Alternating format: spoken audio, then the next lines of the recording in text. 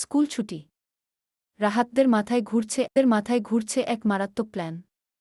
আজ রাতে কাকা সাহেবের বাগান থেকে ল্যাংড়া আম চুরি করতেই হবে। ঘোষণা করল, শোনো, আমি গাছে উঠব, হাশেম পাহারা দিবে, মজনু ব্যাগ ধরবে, আর মিঠু খেতে খেতে ব্যাগ ভর্তি করবে। মজনু ভয়ে ভয়ে বলল, কিন্তু কাকা যদি ধরে ফেলে? রাহাত হেসে বলল, তাহলে বলবি, গাছে ভূত দেখছি। কাকা ভয় পাবে। ওটা অভিযান শুরু। সবাই নিঃশব্দে গেট পার হল।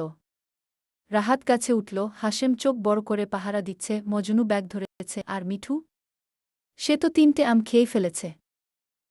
হঠাৎ কাকা হাজির। এই কে ওখানে? মজনু ভয়ে চিৎকার করে উঠল, ভূতুরে ভূত। কাকা লাঠি ফেলে বলল, ভূত?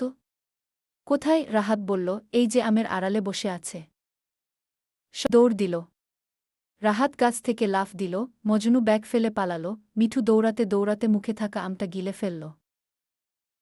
চার ক্ষেতের আইলের পাশে বসে হাসছে। মজনু বলল, আমি তো বললাম ভূত বললেই কাকা ভয় পাবে। হাশেম বলল, কিন্তু ব্যাগ ফেলে আসলি কেন রে গাধা? রাহাত বলল, পরেরবার ডাব নেব।